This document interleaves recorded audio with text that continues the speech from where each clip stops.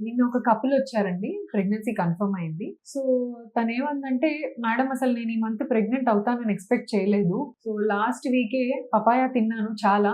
నాకిప్పుడు అబార్షన్ అవుతుందేమో, pregnancy confirm అయింది. అబార్షన్ అవుతుందేమో అని చాలా టెన్షన్ అవుతుంది" అని చెప్పి అడిగిందనమాట. సో, ఇండైరెక్ట్‌గా ద క్వెషన్ ఈస్ పపాయ తింటే అబార్షన్ అవుతుందా ప్రెగ్నెన్సీలో? దీనికి సింగిల్ లైన్ ఆన్సర్ వచ్చేసి నో. పపాయ ప్రెగ్నెన్సీలో తింటే అబార్షన్స్ అవ్వవండి. బట్ రా పపాయ అంటే అన్‌రైప్ ఇంకా పండనిది పచ్చి పపాయ తిన్నప్పుడు దాంట్లో high amount of enzymes, latex ఉండటం వల్ల గర్భసంచి కాంట్రాక్షన్స్ కొద్దిగా ఇనిషియేట్ చేస్తది అని చాలా స్టడీస్ చెప్పాయన్నమాట. సో, కాంట్రాక్షన్స్ ఇనిషియేట్ చేయటం వల్ల అతుక్కున్న ఎంబ్రియో గాని, లేదా అతుక్కున్న అప్పుడప్పుడే గ్రోయింగ్ ఫీటస్ గాని గట్టిగా కాంట్రాక్షన్స్ అయితే ఎక్స్‌పెల్ అయ్యే అవకాశం ఉండొచ్చు. So, this is the reason అని చెప్తారు. But these are very very weak contractions.